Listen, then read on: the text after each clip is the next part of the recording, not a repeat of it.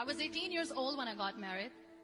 I belonged to a very conservative family, a Baloch family, where good daughters never say no to their parents. My father wanted me to get married, and all I said was, if that makes you happy, I'll say yes. And of course, it was never a happy marriage.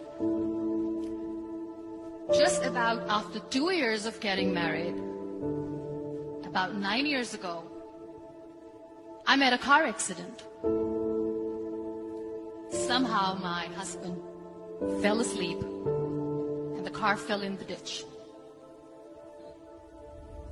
He managed to jump out, saved himself. I'm happy for him. But I stayed inside the car and I sustained a lot of injuries. The list is a bit long. Radius ulna of my right arm were fractured. The wrist was fractured. Shoulder bone and collarbone were fractured. My whole rib cage got fractured.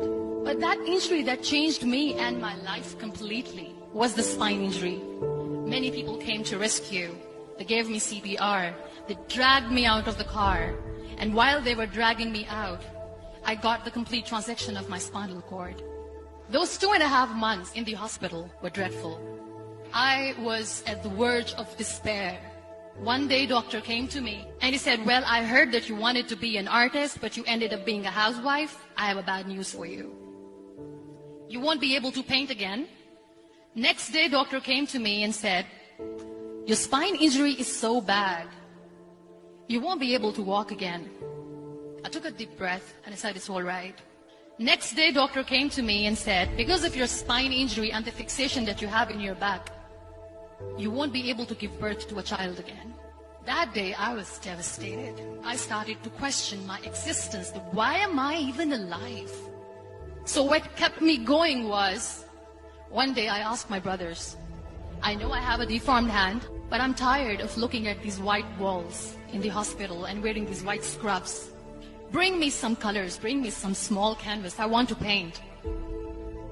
So the very first painting I made was on my deathbed, where I painted for the very first time. What an amazing therapy it was. Without uttering a single word, I could paint my heart out. I could share my story. People used to come and say, what lovely painting. So much color. Nobody could see the grief in it. Only I could. And that day I decided that I'm going to live life for myself. I am not going to be that perfect person for someone. I am just going to take this moment and I will make it perfect for myself. That I'm going to fight my fears.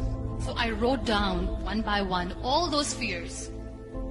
And I decided that I'm going to overcome these fears one at a time. You know what was my biggest fear? Divorce. But the day I decided that this is nothing but my fear, I liberated myself by setting him free. And I made myself emotionally so strong that the day I got the news that he's getting married, I sent him a text that I'm so happy for you and I wish you all the best. And he knows that I pray for him today. Number 2 was, I won't be able to be a mother again. And that was quite devastating for me.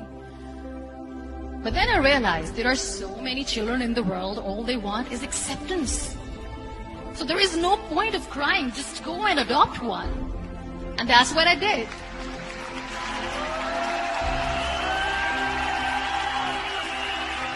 I gave my name in different organizations, different orphanages, and I waited patiently. 2 years later, I got this call from a very small city in Pakistan. I got a call and they said, are you Muniba Mazari? There is a baby boy and would you like to adopt? I could literally feel the labor pain. I said, yes, I am going to adopt him. I am coming to take him home. And that day, I was 2 days old, and today he's 6.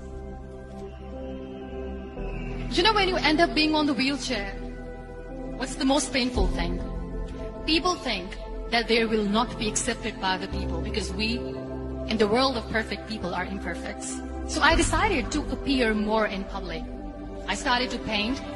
I have done a lot of modeling campaigns. I decided that I'm going to join the national TV of Pakistan as an anchor person.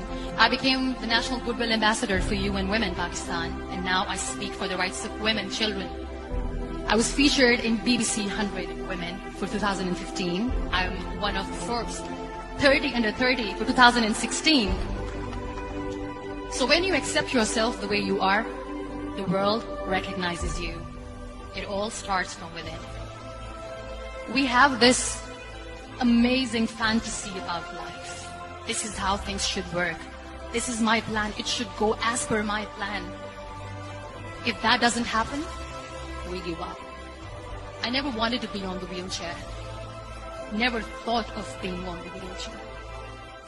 This life is a test and a trial, and tests are never supposed to be easy. So when you're expecting ease from life, and life gives you lemons, then you make the lemonade, and then do not blame life for that.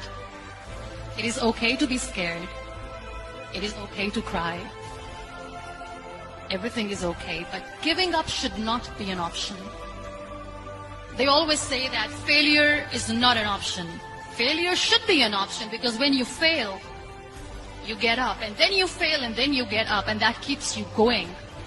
Embrace each and every breath that you are taking. Celebrate your life. Live it. Don't die before your death.